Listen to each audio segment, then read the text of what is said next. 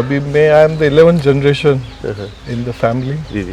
जो गिर संवर्धन मैं कर रहा हूँ। 11वीं पीढ़ी से गिर संवर्धन है। ये गिर गाय थी। Locally it is called Dehan. Dehan Dehan ध्यान हाँ देहान गाय। But the British because they could not pronounce it, उन्होंने and Gir forest was well known, तो they called it the Gir cow.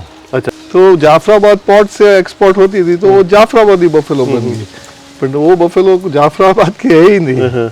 तो देखो हमने दो चीज पे ध्यान दिया, one is the beauty and other is the productivity दोनों। और हिज ग्रैंडमदर इज लक्ष्मी, और लक्ष्मी हमारे फार्म पे गाय ने 36 किलोज दूध दिया था। तो मैं आज तक सबसे अच्छा बुल आपको कौन सा लगा आपके यहाँ पे, जो कि वैसा भूतोन भविष्य लगता ही नहीं कि वो वैसा। हाँ जी, मैंने एक मेरा बुल था जसदन, जिसका नाम जसदन रखा था। He was a fantastic bull, बहुत बड़ा 1100 किलोज। 1100 किलो। यस। जय गौ माता, जय गोपाल, आप सभी का बहुत बहुत स्वागत है। आज मैं जिस शख्सियत के साथ हूँ, हिज हाईनेस सत्यजीत सिंह जी खाचर साहब। आप जसदन स्टेट और जसदन दरबार साहब है, और आपका गिर गौ संवर्धन के लिए और गिर के क्षेत्र में जो योगदान है उसके बारे में कोई शब्दों में वर्णन नहीं किया जा सकता। सर प्रणाम। प्रणाम। आपका बहुत बहुत स्वागत है सर। Thank you. सर आपसे मिलके पहले जो आपकी सरलता और भाव देख के अभिभूत हो गए। हम तो यंग लोग हैं, तो मेरा तो ये इंटरेस्ट है। जी जी। और अभी मैं I am the 11th generation in the family. जी जी। जो गिर संवर्धन मैं कर रहा हूँ। 11वीं पीढ़ी से गिर संवर्धन है। हाँ जी, सिंस 1665 से गिर संवर्धन के काम चल रहा है, तो आप उसको लगातार चल रहे हैं पूरा। आपकी फैमिली में ये गिर संवर्धन का ये पूरा लगातार चल रहा है, उसके बाद में आप उसको आगे और बढ़ा के ले गए। ब्राज़ील तक के लोग यहाँ पे आते हैं, और गिर के जो आप जो गाय यहाँ देखता हूँ या कहीं पे भी बात करते हैं तो सबसे पहला नाम हमेशा आता ही है। तो इसके इतिहास के बारे में कैसे गिर का मतलब गुजरात का इतिहास है, आपके परिवार से कैसा जुड़ाव रहा, और अभी क्या क्या कार्य हो रहे हैं इसमें? देखो, गिर तो बहुत पुरानी ब्रीड है। जी जी। और मैं मानता हूँ कि गिर ये पंचाल जो प्रदेश है, जी, जो चोटिला और जसदन और बोटाद, ये जो विस्तार है वो पहले से ही ग्रासलैंड विस्तार था। जी। और अच्छे जानवर ग्रासलैंड विस्तार में ही उत्पन्न होते हैं। तो मैं मानता हूँ कि गिर और जाफराबादी बफेलो और काठियावाड़ी हॉर्स, सब ये हमारे एरिया में ये ब्रीड यहाँ उत्पन्न हुई। ब्राज़ील में मैं जब 95 में पहले बार गया तो ब्राज़ीलियंस मानते थे कि गिर was developed in the Gir forest. Oh, Gir forest. Because they had no idea that about Kathiawad or Gujarat. So they used to call it Gir forest. But then I gave a talk to them that the Gir is actually comes from this region of the Panchal region. And the British जो पहले जो गाय ये गिर गाय थी, locally it is called Dehan. Dehan गाय। But the British because they could not pronounce it, उन्होंने and Gir forest was well known, तो they called it the Gir cow. अच्छा, ये अंग्रेजों ने गिर काउ शुरू किया। जैसे जाफराबादी बफेलो का भी ऐसा ही हुआ। Jafarabadi buffalo used to be exported from the Jafarabad port, और वहाँ से सब वो अफ्रीका और अरेबिया सब यहाँ से गई। हाँ, तो जाफराबाद पोर्ट से एक्सपोर्ट होती थी तो वो जाफराबादी बफेलो बन गई, बट वो बफेलो जाफराबाद के है ही नहीं। तो ऐसे गिर का भी ऐसा ही है, उन्होंने नाम दिया। हाँ, और मेरे एंसेस्टर थे विका खाचर। उन्होंने he was a cattle breeder, अराव गांव है, अबाउट 100 किलोमीटर्स फ्रॉम हियर। वहाँ ये वो पशुपालन करते थे before he became the ruler of Jasdan. तो जब इन 1665 उन्होंने एक लड़ाई में जस्तन जीता, तो तब वो गाय और हमारे काठियावाड़ी घोड़े सब वो सब यहाँ आए अड़ाव से। और वो जो लाइन से वो हमारे फैमिलीज ने अभी तक कंटिन्यू चल रही है। तो एक मिसाल है सर। आप जैसे लोग जब हमारे जैसे थार पार्कर की बात करता हूँ, मैं उस रीजन से मैं थार पार्कर पे काम भी करता हूँ, तो हमारे लिए प्रेरणा है, क्योंकि हमारे यहाँ पे भी अगर कोई स्टेट या थार पार्कर पे काम करता होता तो आज वेल नोन होती और लोगों तक पहुँचती वो चीज़। और गाय के लिए ज़रूरी था, क्योंकि ये हमारे दिल से जुड़ी हुई है। हाँ जी। एक सवाल मेरे दिमाग में हमेशा आता है, ब्राज़ीलियंस को लेके आप ज़्यादा अटैच है उनसे और चीज़ों से, तो ब्राज़ीलियन गिर की तरफ क्यों बढ़े? उनके मन में ऐसा क्या गिर के लिए भाव जागा कि वो वहाँ से यहाँ तक पूरा जुड़ गए लगातार? उनका क्या ऐसा रहा भाव? देखो, इंडिया से first export to Latin America Brazil 1850s में हुआ, क्योंकि यहाँ पोर्चुगीज़ कॉलोनीज थी। पहले जब यूरोपियंस साउथ अमेरिका गए और तब वो सब यूरोपियन ब्रीड्स ले गए थे, होल्स्टीन और जर्सी और तो वहाँ का क्लाइमेट ये गाय को सूट नहीं हुआ। अच्छा अच्छा। फिर जो वहाँ की शुगर केन और कॉफ़ी प्लांटेशंस है, तब कोई मशीनरी नहीं थी, तो उनको ये बुलक्स की बहुत ज़रूरत थी। तो यहाँ इंडिया में उन्होंने देखा कि ये जो इंडियन ब्रीड्स है वो हीट, डिजीज़ और ये सब उसको रेजिस्टेंस है।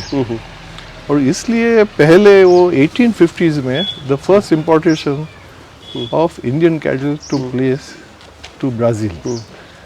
देन द ब्रीडर्स देयर, उनको कोई ख्याल नहीं था कि ये इंडिया में there different breeds of cows. वो तो Indian cow, so they did not select good animals. जो कोई वो ले सके वो ले गए 1850s में। हाँ, 1850s में। अभी लास्ट जो एक्सपोर्ट हुआ, दैट इज द फेमस 1961 में last export of live animals to Brazil. तब जो ब्रीडर्स आए, by that time they had identified that there are specific breeds in India, and they had identified, क्योंकि वहाँ तो beef industry भी बड़ी है और मिल्क भी है, तो what their requirement was, they had identified the breeds. So they selected the 3 good breeds according to their needs from India. Gir was for the milk, because Gir is, I believe, the best milking breed of India. Today is indigenous breed, is the Gir breed. So for milk they identified the Gir, and for beef they identified Ongole cattle and Kankrej cattle of North Gujarat. So in the 1961 exportation which took place from India, they had selected good animals. By that time, India में भी there were a lot of changes. पहले जो states थे, जो राजाओं थे, खुद मालिक थे, हाँ, they were the patrons of good animals. And सब ये काठियावाड़ के सब states अच्छी गाय रखते थे, और इंडिया के भी सब states were they keeping. सब states में cattle breeding की policy भी थी, that how you breed. Rural areas में भी policy थी. तो by after independence वो सब policy अभी नहीं रही, और 61 में तो there was lot of changes. So the Brazilians could get good animals. Normally क्या होता है, that when you go to a breeder or some, he is so fond of his animals. Good animals he'll never give you. Never, He will never. give you only class 2 animals. Class 3 हाँ. So, but अब तो क्या हुआ कि the good breeders also they gave them good animals. And from 1961 Brazil में they started proper breeding. Again, I would like to point out that Brazilians were more breeding more for beef. They were not for milk. not for milk. And ghee also, when मैं जब बात करता था, so they used to say that lactational 3,500 liters kilos के नीचे जो गाय दे, then they are not keeping it. So you can cattle breeding can become better if you cull the animals also. Herd में Culling होती रहे. culling होती रहे. So you can तो Brazil में ऐसा और अनलिमिटेड लैंड है, वेदर कंडीशन है फेवरेबल, तो वहाँ पशुपालन।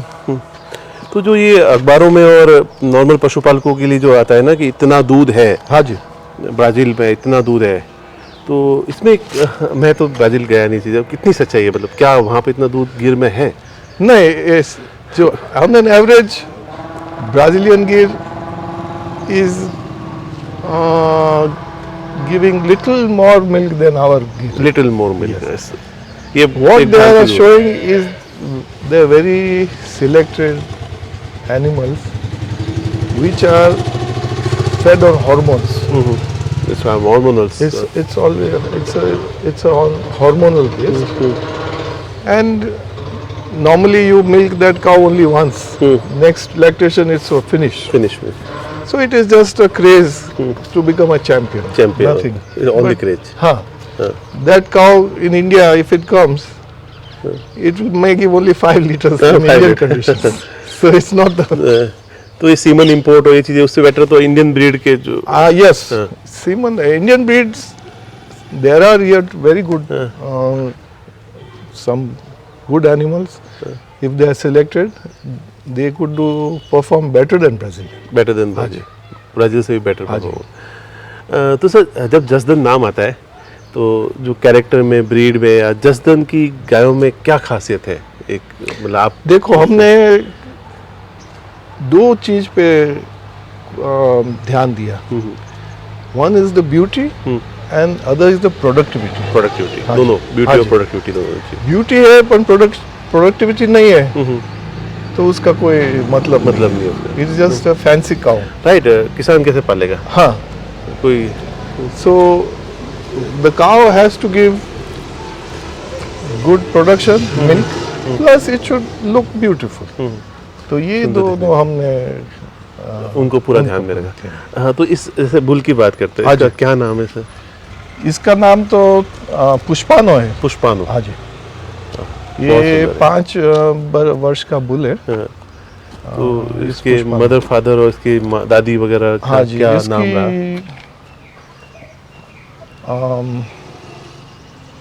हिज ग्रैंडफादर एक गोरिनो है. गोरिनो का सीमन गोरिनो के एम्ब्रियोज गाय और गोरिनो के अभी ब्राज़ील मैंने भिजवाए हैं, और वो वहाँ परफॉर्मेंस बहुत अच्छा है गोरिनो का. गोरिनो। और हिज ग्रैंडमदर इज़ लक्ष्मी, और लक्ष्मी हमारे फार्म पे गाय ने 36 किलोज दूध दिया था. तो she was a very good milker. 36 kilos in 24 hours. हाँ जी. ग्रेट। तो ऐसे 24 आवर्स हो गए ना? इन 24 आवर्स 36 किलोज. हाँ. तो such a cow you have to milk every 8 hours 8 hours. because the udder becomes too full. और so और उसकी मदर पुष्पा ने भी अच्छा दूध दिया. His father is Gopal. Gopal भी was a very good bull. So he's a good lion. आज की आपकी नज़र में अभी तक की पीढ़ी में, आप लगभग उम्र आपकी 40-50 वर्ष के ऊपर, 60 के आसपास, आपकी नज़र में आज तक सबसे अच्छा बुल आपको कौन सा लगा आपके यहाँ पे, जो कि वैसा भूतों भविष्य लगता ही नहीं कि वो वैसा? जी, मैंने एक बुल मेरा बुल था जसदन, जसदन, उसका नाम अच्छा, मैंने जसदन ही था। जसदन रखा था। हाँ, वो बहुत इंटरेस्टिंग हिस्ट्री है जसदन की। जसदन वाज बोर्न 4th नवंबर, जो मेरा बर्थडे है, ओहो, and he is born in 1993। और जब वो बॉर्न हुआ तो मुझे लगा कि दिस इज आउटस्टैंडिंग एनिमल, और मैंने तभी डिसाइड किया कि ये मैं बुल रखूँगा। तो वो बड़ा हुआ, but he was a fantastic bull, बहुत बड़ा, 1100 किलोस वेट। 100 की यस। और इन द फर्स्ट डेलीगेशन जो ब्राज़ीलियन ब्रीडर्स आए थे इन 1999, तो जसदन तब he was in his prime, तो यहाँ ही मेरे बांधा था। तो दे वर शॉक्ड कि ऐसा जानवर तो वहाँ ही भी नहीं हुआ। कहीं नहीं है। हाँ। और then director general of post Bhaskaran साहब थे, he was my guest once. उन्होंने जसदन बुल को देखा तो ही सेड इसका तो ये ऐसा जानवर तो बहुत कम है। तो he decided to bring out a postal stamp. ओहो, So Great. there is a 3 rupee postal stamp on that bull, which is a historic. Oh great, bull उससे Yeah, कैसे हो? postage stamp on the bull, on the Gir bull. Great, बहुत So बड़ी that बात। was my. I think that was. It's a once in a lifetime animal produce होता वो है। होता है, वो भगवान देता है। हाँ, वो भगवान। हाँ, वो Means- हमारी ब्रीडिंग कुछ काम नहीं आती उसमें। नहीं। और मैंने देखा है कि मेरा हर्ड ऐसा तो इट्स क्वाइट होमोजेनस हर्ड, पर मेरे को दर 5 years एक अच्छा जानवर मिल जाता है। 5 I don't get every year a 5 good साल, एनिमल। इतने और इतना हाँ, होने के हाँ, बाद हाँ, भी yeah, हर 5 साल में एक अच्छा जीव मिलता है, मतलब बात है। तो ऐसा है। तो सर एक बड़ा कॉमन सा सवाल हाँ है, जी। एक राजा होते हुए भी आप कितना समय इन गायों के लिए देते हैं लगभग? देखो, यू मे नॉट बिलीव, हाँ, बट एवरी डे मैं जसदन हूँ, हाँ, तो I come here at 5 in the morning. हाँ, ओह 5 in the morning? Yes, 5 to 6:30. हाँ, yeah, Yes. हाँ, And in the evening, if I am free, then I come at 5 to 7. 5 to 7 years। हाँ जी। अगर 10 दिन में तो यहाँ होना ही होना है। ये क्या है कि गाय मुझे एनर्जी देती है। हाँ, right, I like the guy energy देती है, एक बहुत बड़ा शब्द। हाँ। और in the morning I enjoy my time. हाँ, हाँ, ये मेरी गाय है, मेरे काठियावाड़ी अश्व है, तो आई एंजॉय विद देम। हाँ, उनके साथ में आनंद है। हाँ, आनंद आता है। हाँ, ये सब कोई जो कोई टेंशन हो, वरीज हो, सब वो ले लेती है गाय।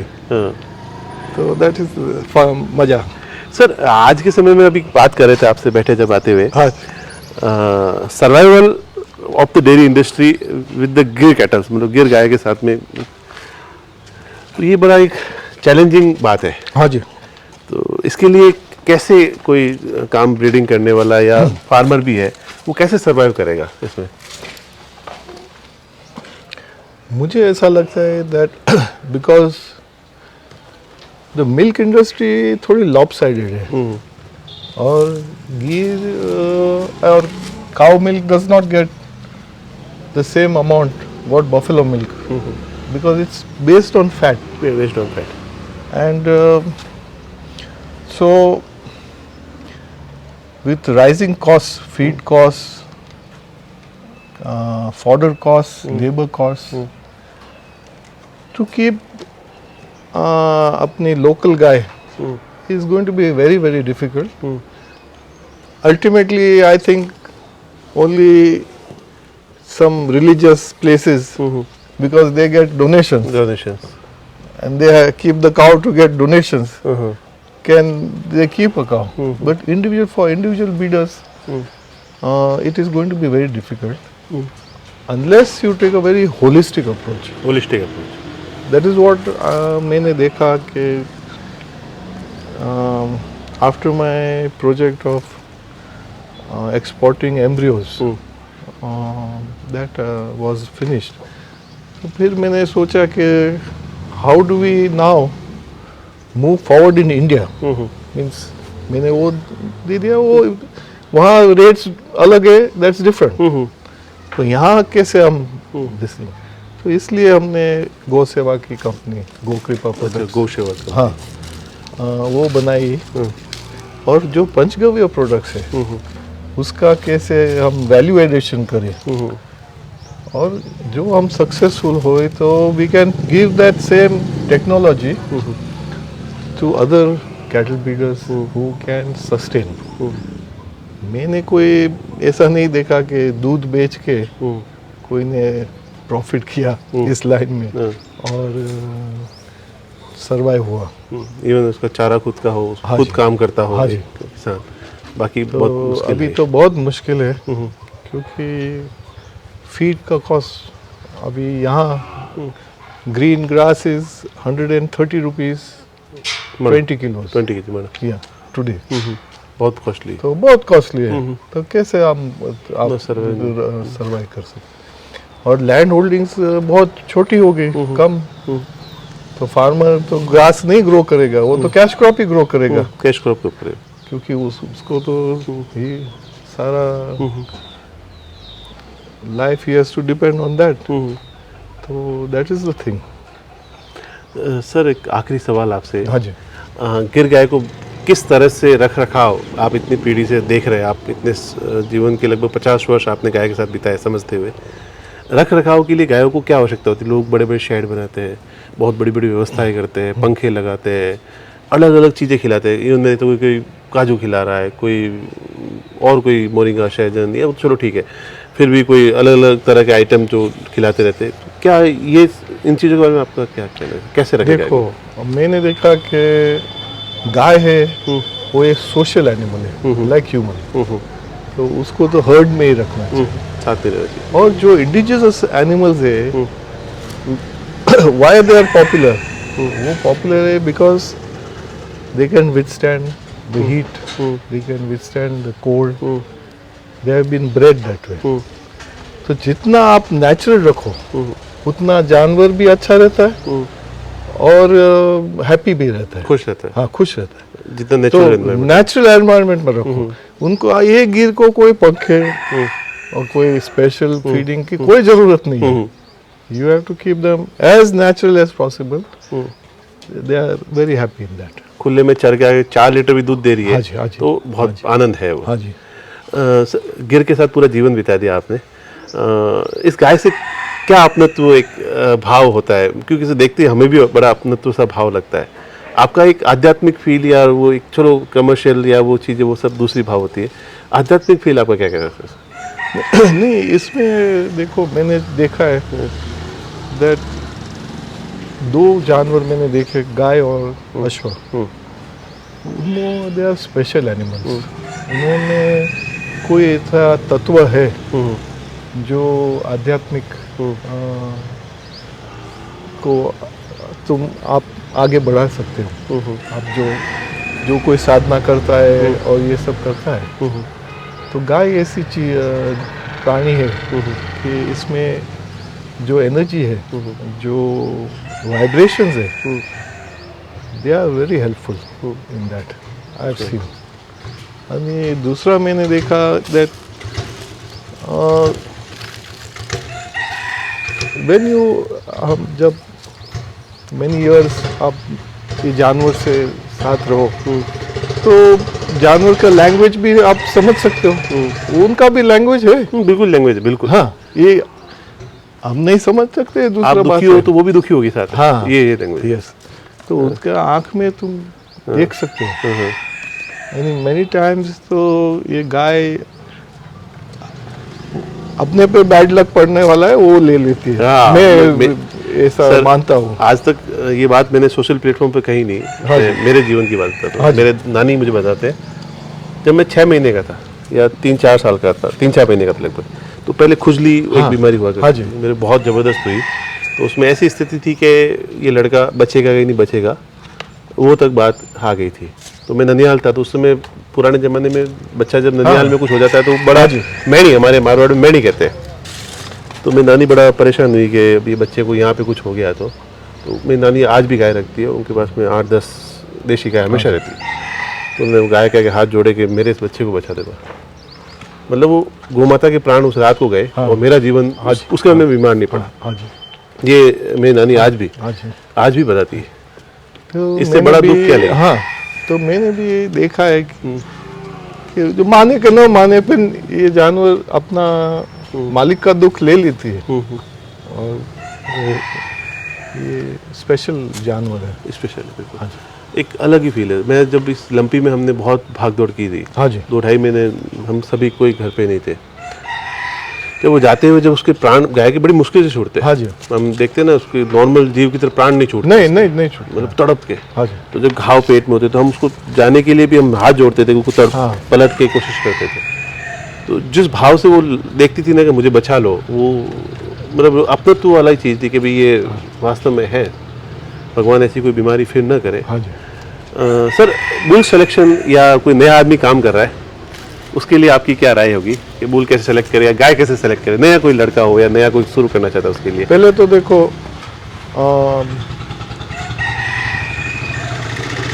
जो कोई स्टार्ट करता है, I would suggest that your initial stock, जो कोई इनिशियल स्टॉक अपना है, फाउंडेशन स्टॉक वो कहते हैं, that should be the best. वो सबसे बेस्ट है। जब आप बिल्डिंग बनाओ तो जो फाउंडेशन है, if it is strong it will last, right.